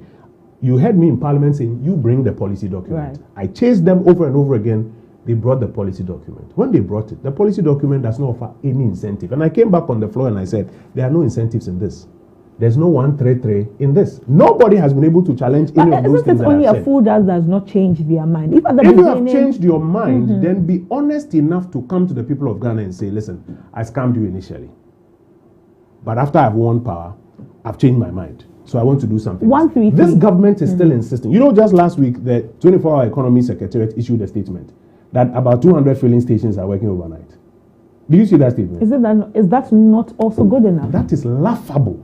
Because when you are talking about public policy, you talk about the incentives you introduced and how people responded to those incentives. Okay. So there's a before and after test. We call it a chill test that you run to be able to determine that, okay, this is the situation before my policy. This was my policy. This is the situation after my policy. And this situation after my policy, you can find a positive correlation between the outcome and my policy. Which intervention has 1D, 1F brought so far? Absolutely nothing. And so their own metric was agric manufacturing. In fact, even on the services side, they said we're going to go heavy on digitization. 1 million coders. So we're going to have a booming tech industry in this country. So if 2 years on, the minister is coming to do a review to come and tell us that the economy has grown 6.4%, we've moved from stability to growth, and we double click the growth and we find out that it is gold prices that he's counting. And by the way, if it's gold prices, you should call it a galamsey economy. Then damn right we have say that what he's coming to do is galamsey accounting. It is not my metric. They are come to say that Akoko Sacha Akroma, and so whatever this government will do, however they would want to change that we want, for the NPP, you may not like it. I ask about your metric because there were concerns about free SHS. Yeah. A lot of policy people, industry players said that if government had hastened slowly on introducing free SHS, some of the challenges or shortfalls of free SHS would have been mitigated. And so, I mean, for the Akufo-Addo government, because you had spoken about free SHS, it seemed whether rain or shine, even if the heavens came down, you were going to implement free SHS because you had a certain target you wanted to meet. And it looks like you want the NDC to replicate that same target such that I said 133, even if in the beginning stages of it's not fitting into the mold, it's going to be a square peg in a round hole, we still want you to implement it. If they do implement it in the way you expect, the 133, and it crashes, who does it help? And so if government says, let's build markets, Honorable Oponkroma, won't you say we should give some time and see what the markets give us? Even this building of 24-hour markets is another joke. I come from Ofonsia Iribi constituency. In a Iribi where they are building the market, there's already a market. A market which doesn't operate for 24 hours. If you go to many of the towns, we have what we call market days. So the whole 7 days, there's one day that the market booms. Even on that day, by 5 o'clock, everybody's going home. What is the modeling that makes anybody think that once we build a new market, a 24-hour market, people will start working in it for 24 hours and people will do morning and afternoon and evening? What is the metric that informs this kind of thinking? Let me advocate for government and say that we've seen how much food has been rotting at our farm gates. Concerns because our roads are not working, and so we are unable to push the food from the farm gates into the market. And so we could say that it is why we are not running our markets in this long span of time as we would want to. Now government says that I am investing in big push. I'm building the roads, I'm connecting Ghana so that movement is easy. If government succeeds in big push, now food from our farm gates are coming easily. We have storage areas for our food and the market is running 24 hours. Maybe the market in Ofonsia Iribi will not now have a market day. We may even see the market day 3 times in a week. Don't you think so? You see what we just said? You said if government says this, maybe this, and we may even see this. We don't run economic policy on ifs and maybes and mays. We run them on facts and data. So no benefit of the doubt for government. No, we deal with the data. So let me deal with a few specific examples. You are talking about the food value chain, right? And the fact that it's not robust enough.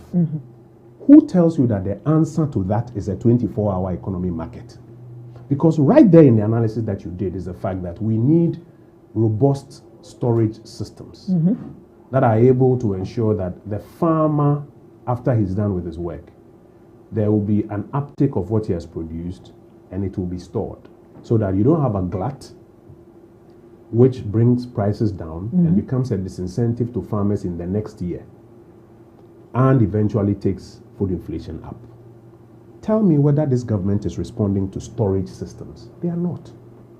Assuming that was what they were doing, we can even have, so assuming this government has said that they were rather going to build food storage systems across the country with the necessary investment in, preservation, like we tried to do with the 81 warehouses across the country under the Special Development Ministry, which we handed over to them. Assuming that's what they were doing, you could even hold on to it. They are not doing that. They said they are building a 24-hour economy market, and that will make people work 3 shifts. That is a poorly structured economic policy intervention, just like Nkokonkitingiti, which we just dealt with. And that is why I'm telling you that the third thing they are suffering from is real sector failure. Because you see, in the real sector, agric industry and services, the policies that you need, which are coherent, the policies that you need, which will support people who are early adopters already in the industries, they've thrown it away. And they are playing these games of 24-hour economy market. So now the president is going around 2 years into his government, breaking ground for 24-hour economy markets. They're going to spend money and 2 years to try and build it. It will not yield any investment returns in this tenure, while they have cancelled the industrial programs that lead to productivity. You asked me about free SHS. Let me answer you. Any day, I would prefer a government that spends time while it's in opposition planning its intervention, so that by the time they come to power in the first year, they start. It is not excusable that a government tells you one thing, wins power, comes to power and says that, okay, it's early days, I'm using about 2 years to think through it. Do you know how much money we have given this government in these 2 years? You tell me. 650 billion Ghana cedis. That's how much we've given them in 2 years. Haven't they been prudent with it? You are telling me that they are, it is early days yet, and they are, trying to figure out how to bring incentives after we've given them 650 billion Ghana cedis. Which NDC chairman or women's organizer can tell us boldly that his son or daughter is working under the 24-hour economy 133 shift after the government has taken 650 billion Ghana cedis? And that is because they spent their time in opposition just doing propaganda, not providing cogent alternative policy propositions. So when they come to power, they tell you that the economy will grow by agric and industry, but they are coming today to come and count for you gold prices and tell you that it's 6.4%. And that is where I go back to my point that, so our expectation is that the program that they laid before Ghana and won an election on, which has become a social contract, the program that they laid before Parliament and we have given them 650 billion Ghana cedis, they should be accounting for the returns on that program, not coming to make new promises when the old ones have not been fulfilled. The concern is that the NPP has too many issues with the NDC government. At this point, we see a dollar that is stable. At some point, Honorable Oponkoma, you'd wake up every day and you're looking at the Bank of Ghana's socials, especially Twitter, to see how much the cedi is pegged at the dollar, and concerns like that. Now we see it stabilize a bit. We hear MPP again say that it's because there's been some engineering somewhere. And so for every success, however small it is, that the NDC government chalks, the NPP is lurking in the background to tell us what is going to go wrong. No, we're not telling you what is going to go wrong. We are telling you what is going on. I was the one who in April 2025 on the floor of Parliament told you and the entire country that when you see the currency appreciating, don't believe the government when they tell you that it is just good governance. Let your producers go into history. When the currency started appreciating and people started asking what is happening, the president said, oh, it's good governance. When the bishops' conference went to Jubilee, the president said, oh, it's good governance. But isn't it good governance? Recently, the president tells us that minimum capital requirements for businesses who want to come into Ghana removed, don't worry, so that business can come in. Isn't it good governance? No, don't worry. I'll come there. But what the president told you that is good governance, that was causing the city to appreciate, it was not true. At the time, I told you that no, it's because they were pumping dollars on the market. It's not good governance. It's pumping dollars on the market. At the time, everybody said I was lying. But if it was stable, then why didn't you do that, NPP? No, relax. You tell the people the truth first of all. You see, we're entitled to our own opinion. We are not entitled to our own set of facts. So let's agree on the facts. Then we can have our opinions on it. Let's tell the people the truth that it's not good governance. It's pumping of dollars onto the market. Now, when you tell the people the truth, we'll come to a certain question of, where are you getting the dollars from? 2, how sustainable is this? And 3, so is that to mean that the structure of this economy has not improved or changed in any way, and that all that we are doing is trying to ease the numbers? Then people will start asking you questions. But because they don't want to do that, they told everybody that, oh, what was happening was that it was good governance. Anyway, fast forward, when the IMF went into the data sets that we brought up, they said actually they can see that the reserves are going down, and that's what they are using for intervention. So by the time the journalists went to Jubilee House for the press briefing, and they asked the president admitted that, yeah, the Bank of Ghana was intervening, and that when they stopped was when the currency started slipping. But they'll come up with a framework for intervention. No problem. They came up with a framework. And now by the framework, they are supposed to announce. So by the end of last year, it became obvious that nothing has changed in the Ghanaian economy. The structure of the economy hasn't changed. They haven't activated their promises. All they are doing is that the proceeds from the domestic gold purchase program and then our reserves is what they are pumping onto the market. And let me show you, when you pump dollars on the market, of course, the currency will come to 10. So like you said, you wake up, you look at your socials, the currency has come to 10 or 11. But what you've done is that you have depleted your reserves. In economics, there's something we call opportunity cost. There's a question about what could you have done with those reserves other than pumping it onto the market. Now, when you do that, and the currency comes to 10 or 11, fuel prices will stabilize a little bit. Transport fares won't go up. Inflation won't go too much. Then they come back and measure and say, inflation has come down. But what they have done is that they have just mobilized dollars and they are pumped onto the market. 2 days ago, when the Bank of Ghana published their summary of economic and financial data, we found out that our reserves have gone down by $1.2 billion. For a government that says that they are not doing intervention. Now you ask yourself, you see all the millions of young people on the streets who are not working. By the way, right now, Ghana Statistical Service says that youth unemployment has gone up. Between December 2024 and now, it's now at 32.4%. In Greater Accra region, it's almost 50%. When you meet 2 young people in Greater Accra region, 1 is unemployed. Why? Because the things that will create jobs, the government is not doing it. They are just doing these monetary settings. So take the dollar, pump onto the market, let the currency look good, and hope that the people will just look at the currency and say, my papa buy, it's now 10, we're fine. But you are sitting at home and it's now 10. That amount of money could have been leveraged into programs that will ensure that jobs are created. So our job as an opposition party is first of all to bring the fact to the fore. Let's have an honest conversation. Let's ask ourselves, is this really what we want? So on that particular matter, it took about a year before the government admitted that that's what they were doing. I brought the governor to, 2 times we have tried to get answers, they have blocked it. The third one, I brought the governor to parliament to come and answer. They said they won't even allow the media to cover it. That's why you held that presser. Absolutely, because they don't want the public to know the truth of what is going on. This is the monetary settings they are doing. And here's the point. I've said it over and over again. If we don't pay attention to the substantive issues to fix them, and we cling on these monetary settings, time is running out. We are living on borrowed time. We only open our eyes somewhere down the line and realize that, my God, we've dissipated so many resources, but we haven't dealt with the fundamental issues that we're supposed to be dealing with. That also hold the view that if you say government is pumping to stabilize the dollar, or to give the cedi strength against the dollar, you could also have done same. You didn't take that route. Government, with all of its machinery behind, or the brains behind, believes that this is the route we should take.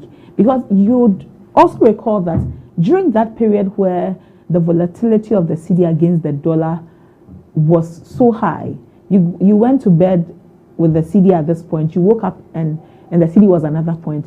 It was a source of worry. I agree. A source of stress on the Ghanaian business person. I agree. On the regular Ghanaian. And so if they have done this, maybe in government's own understanding, let's bring down the stress that could be on the people. And so you allow government to, however, if the reserve is being depleted, the same way they filled up the reserve, government can go back again and fill it in its own time. Well, they are not filling it, they are depleting it. I'm just giving you the data. Yeah, that's what I'm saying. If they are depleting it, can they fill it up themselves? No, you can't have your cake and eat it. You can't deplete the resources and pump it onto the market and still have the resources there. It will go down. So you're talking about stress on the people, and I acknowledge that. But you see, this government is telling you that there's no stress on you now, but that's not true. Now, there's a hidden debt of 96 billion Ghana cedis, which you are about to pay because of the monetary settings they are doing. It cost them about 16 billion Ghana cedis to bring inflation to a number that you will clap for them about. 16 billion Ghana cedis. Yesterday, I gave out all that data in Parliament. Nobody has been able to challenge that data. That 16 billion forms part of their 34 billion loss. after they had sold the 9.6 billion gold to bring it down from 44 to about 34. That 16 billion cedis is part of it. When you now go and account for it in the retained earnings of the Bank of Ghana's balance sheet, now there's a black hole of 96 billion Ghana cedis which you are coming to pay. You think there's no stress on you? Interesting that you use the word a black hole. Yes. You are now coming to pay that 96 billion Ghana cedis. But you see, the problem with this government is that they like settings, so they want to hide it from you. So when the Bank of Ghana accounts came out, they haven't brought it to Parliament. They gave it to Ataisa and some NDC communicators to come and hold a press conference in Parliament and tell you that it's 15 billion. That's page 1. Page 2 is 19 billion. Add the two together, it's 34 billion. The summary page tells you that before they got to 34 billion, they sold one of our gold reserves, 50% of it, about 9 billion to add. To add that, that's 44 billion. That's why today, the stress that is hidden is 96 billion Ghana cedis, and you are going to pay for it. So our point is this government is just doing fiscal gymnastics, macro settings, real sector failures. In 2 years, we haven't paid for what you say we are going to pay for. You think it's in the 4th year when government wants to extend its period, whether it's a new person coming on or this whole issue about third term in court to seek interpretation happens, that government will now tell us to pay it? You will pay for it. Did you hear the finance minister saying that the Bank of Ghana should sell their headquarters building to pay for their debts? Oh, they said it's not true. But everybody watched him on TV saying it. We all watched him on Joy News saying it. He was standing with Evans Spencer behind the screen when he said it, that what they should do is sell the Bank of Ghana building to pay for it. It is the Bank of Ghana that came out to say that no, they are not considering that they will sell their building for it. But that selling of the building was an attempt to use another way to pay for the stress that they are pretending you are not going through. I'll give a simple example. You have a high blood pressure and you're supposed to change lifestyle. Cut down on some things you eat, exercise some more so that your blood pressure will assume a certain level.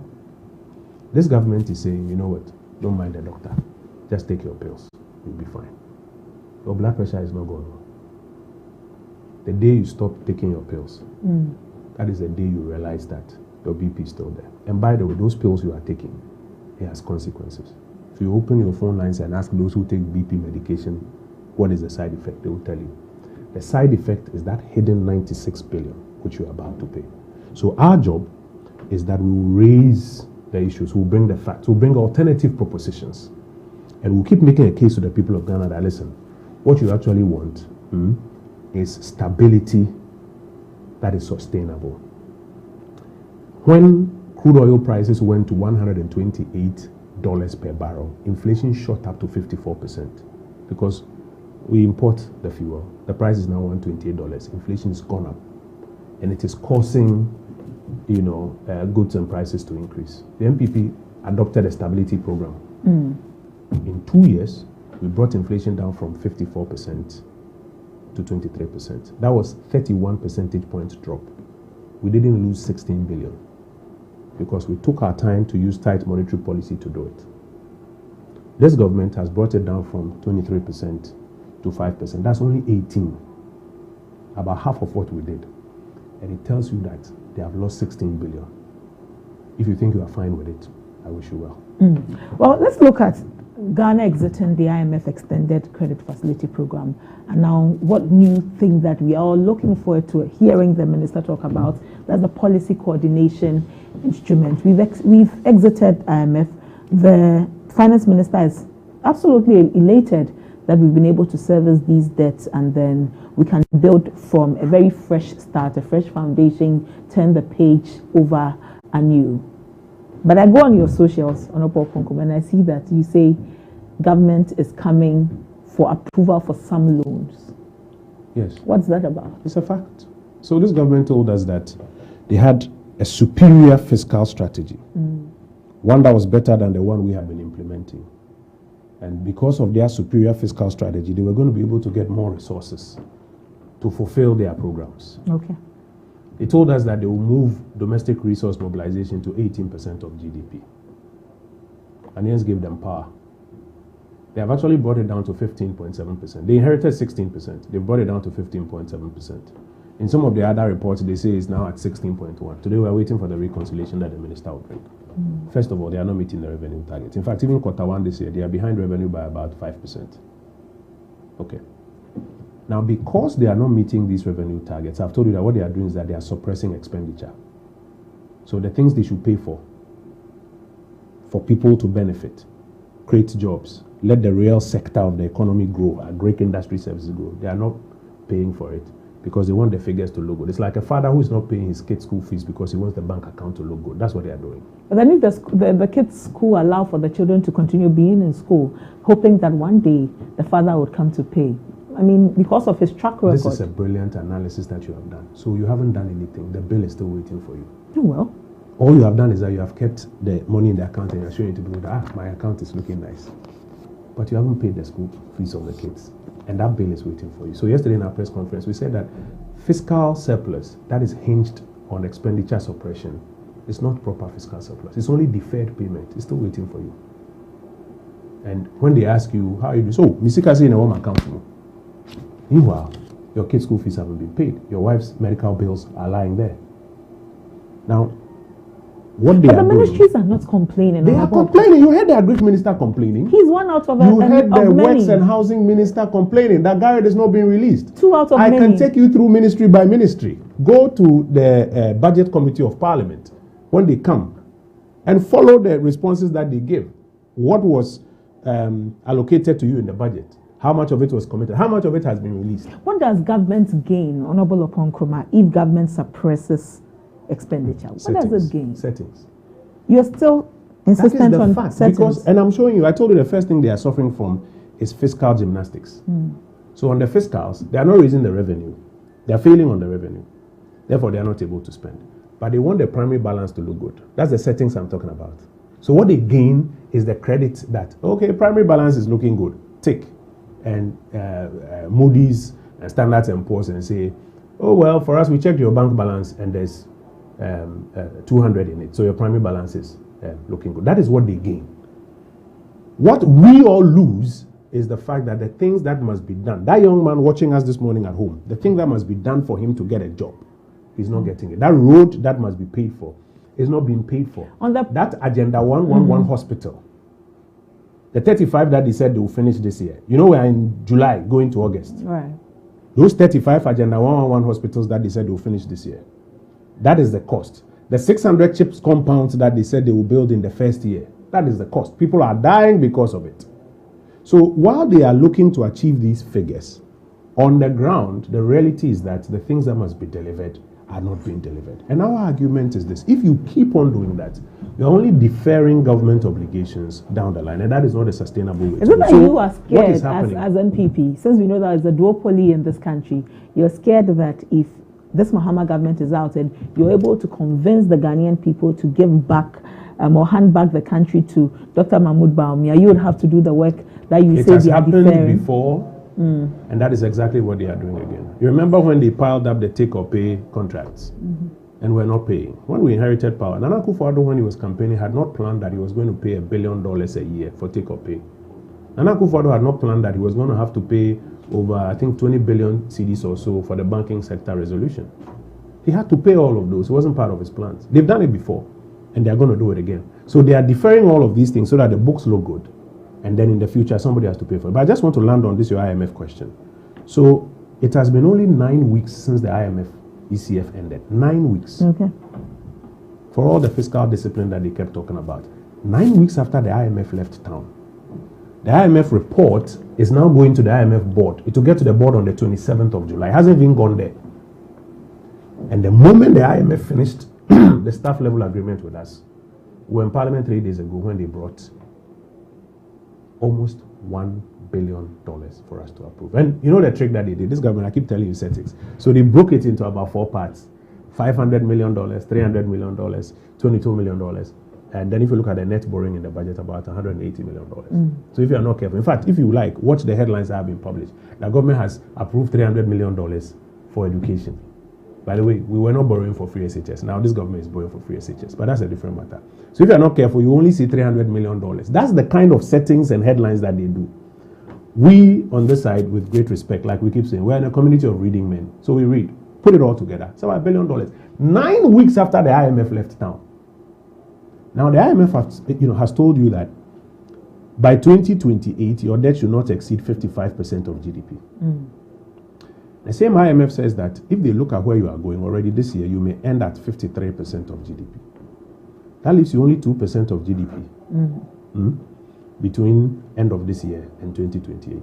So the caution we have raised to government is that already the 2028 target is at risk.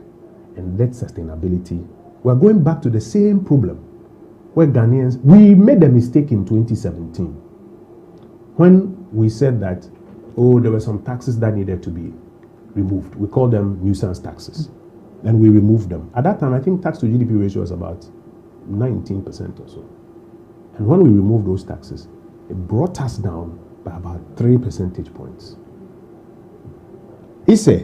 That's a report on the state of the Ghanaian economy.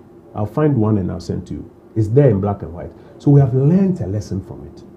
And that is why we keep making the point that when you tinker with the revenue measures and your tax effort comes down, what you end up doing is that you end up having to borrow to close the gap.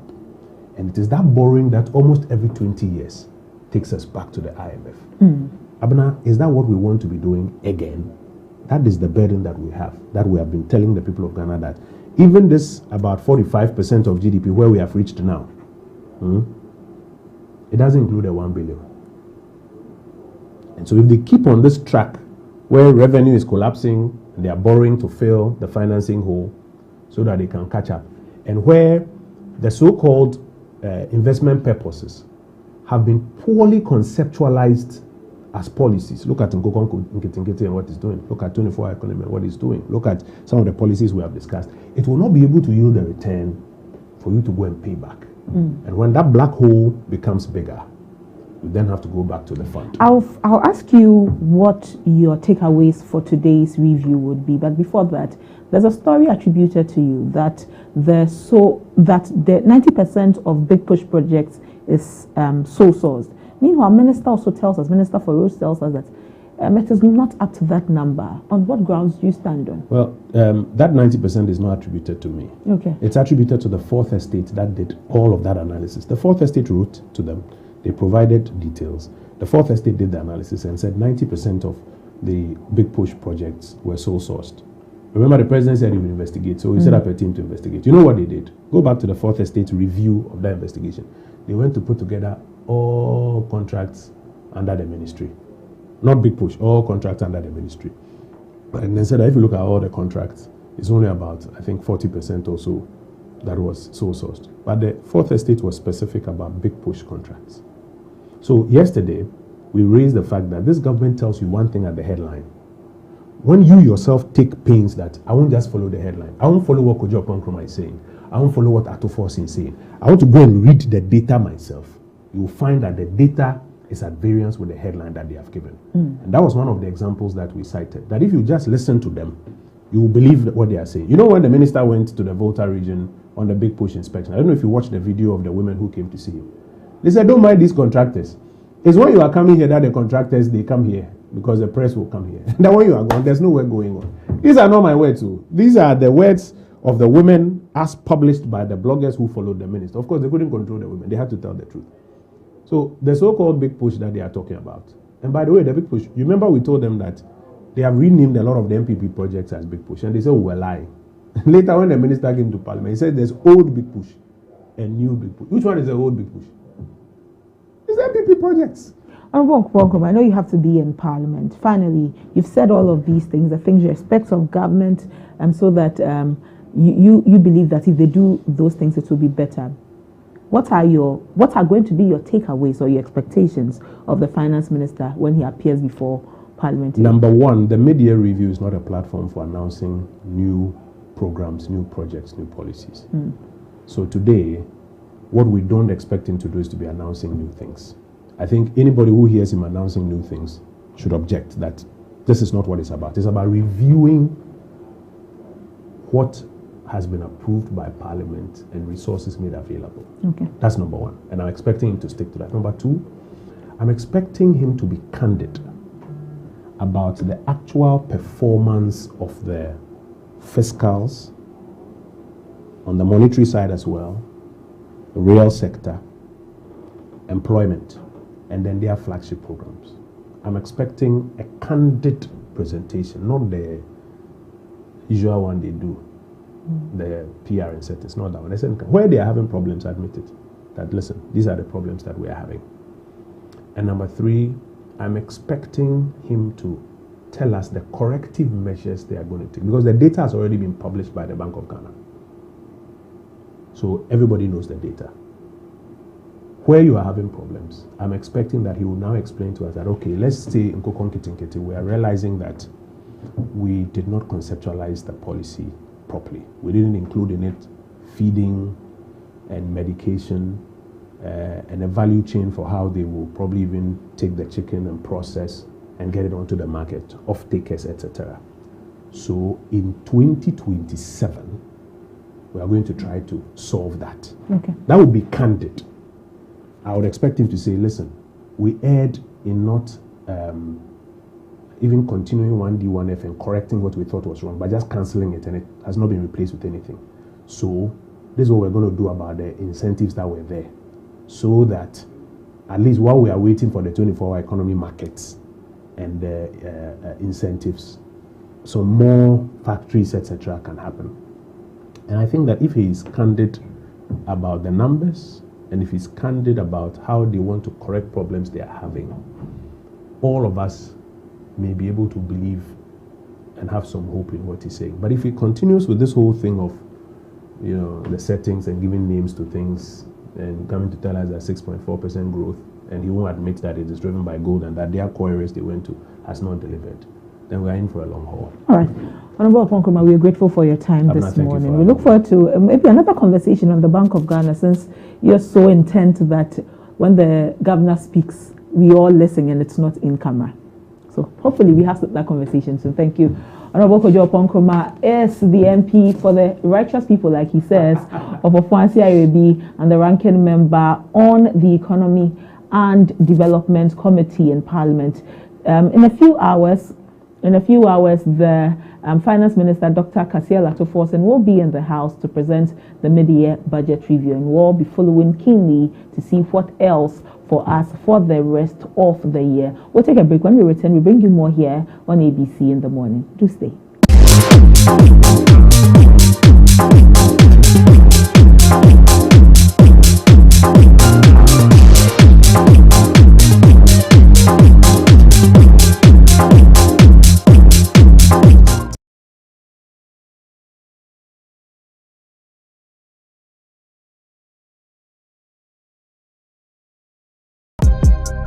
The culture never chills, and neither do we.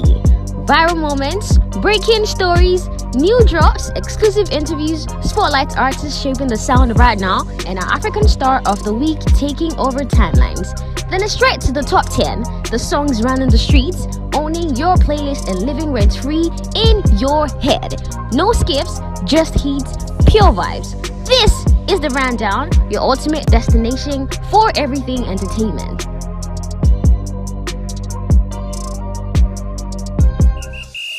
Playing for your country, easy. Scoring, easy. Winning, easy. You know what be easy now? Kibo 4-in-1 Gary mix. Easy. It gets everything inside. Gary, creamer, sugar, roasted groundnuts. Just add water. Sharp my soakings make ready. Taste that energy. Made easy. I'm a match winner, but the real champion is Kibo 4-in-1 Gary mix. Champion taste. Also available strawberry, coconut, and chocomore. This advert is FDA approved. Some things never change. Trends come and go, but in your cooking, you still choose a tomato mix you trust. Because real quality never changes. Thick, red, rich. Gino truly cares. This advert is FDA approved. Greater Works 2026. Speaking, Pastor Matthew Ashimolowo, Bishop Tudor Bismarck, Bishop Mike Okonko, Pastor Paul Adefarasin, and our conference host, Pastor Mensa Otabil. Date, Monday the 3rd of August to Friday the 7th of August 2026. Morning sessions, Tuesday to Friday. Time, 9 a.m. Evening sessions, Monday to Friday. Time, 5 p.m. each night. Venue, ICGC Christ Temple East. Special song ministrations by Joe Metal, Once More 6, Nathaniel Bassi, Dunsin Oyekan. For more details, visit gwcentral.org. Greater Works 2026. It's coming down. baby we are second. So you be tumpon a ne gina advert. Na se why say obey advert no adwuma tumpon na kwara nim dia. Do you need a media house to shoot quality TV ad for your company or products? Bring your company's vision to life. And me come from media house we am potential films. So adwuma sa, so adwuma so, don't worry. So we put adwuma tumpon e cost you through advert dia contact wo. We help businesses build their brands. Ukraine omodwuma hote, omo quality camera so many twa. Reach their target audience and ultimately drive sales and revenue growth. Omodwuma be new. Omodwuma is perfect. O contact no be good script about your product, sound, jet. They will give you quality pictures.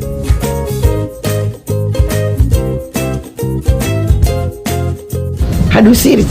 How do you feel it?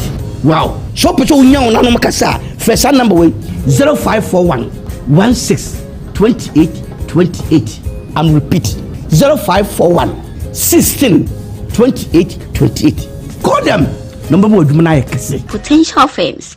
We believe in quality.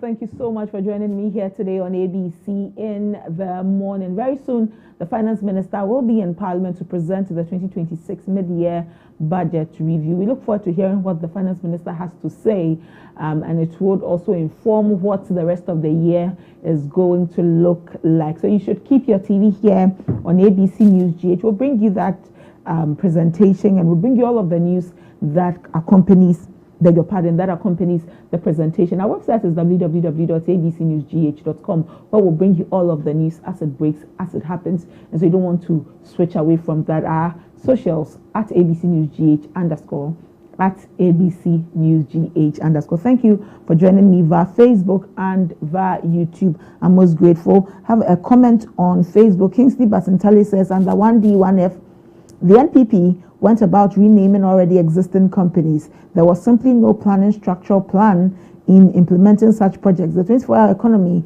isn't an oversight policy. Such brilliant policies take time to implement. Thank you, Kingsley, for your comments this morning here on ABC in the morning.